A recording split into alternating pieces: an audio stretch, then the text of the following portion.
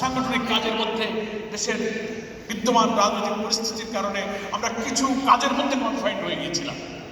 কিন্তু এখন 20 বছরের জামাত ইসলামী এখন আর সেই জামাত ইসলামী নাই।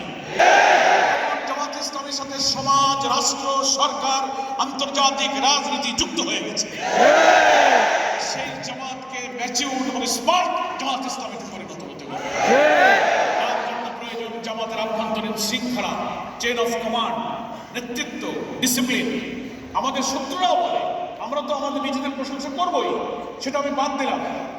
আমাদের যারা দুশ্মন, কট্টর দুশ্মন, তারাও টক শোতে, টেলিভিশনে, ব্যক্তিগত আলোচনায়, পত্রিকার এডিটোরিয়াল, পোস্ট এডিটোরিয়াল, কলাম লেখায় সকলেই স্বীকার করে যে বাংলাদেশের মধ্যে জামাত ইসলাম হচ্ছে সবচেয়ে ওয়েল ডিসিপ্লিন, রেজিমেন্টেড এবং কমান্ড এবং কন্ট্রোলের দিক থেকে সবচেয়ে শ্রেষ্ঠ সংগঠন।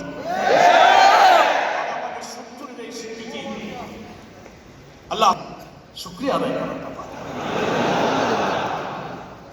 কিন্তু খুব দুঃখের সাথে বলছি, যেহেতু এটার উপর বিশেষ সম্মেলন, কখনো কখনো ব্যাপকভাবে না হলেও মানুষ তো আমরা অনেক সময় ভুল করি। নফস আমাদের উস্কায়, শয়তান উস্কানি দেয়, নানান চিন্তা ভাবনা আমাদেরকে সংগঠনের চেন অফ কমান্ড, আনুগত্য, নেতৃত্ব, শৃঙ্খলার ব্যাপারে আমাদের গঠনতন্ত্র যে বিধান দিয়েছে, সে বিধানের মধ্যে আমরা অনেক সময় থাকতে পারি না। সেই কারণে দুটো কথা বলতে চাই। তার একটা হলো যে আমির নির্বাচিত হয়েছে রূপন ভাই বোনদের মতামতের ভিত্তিতে, ভোটের ভিত্তিতে। ইসলামী ইমারতের যে কনসেপশন, বিরাট ইখতিয়ার তাকে দেওয়া হয়েছে।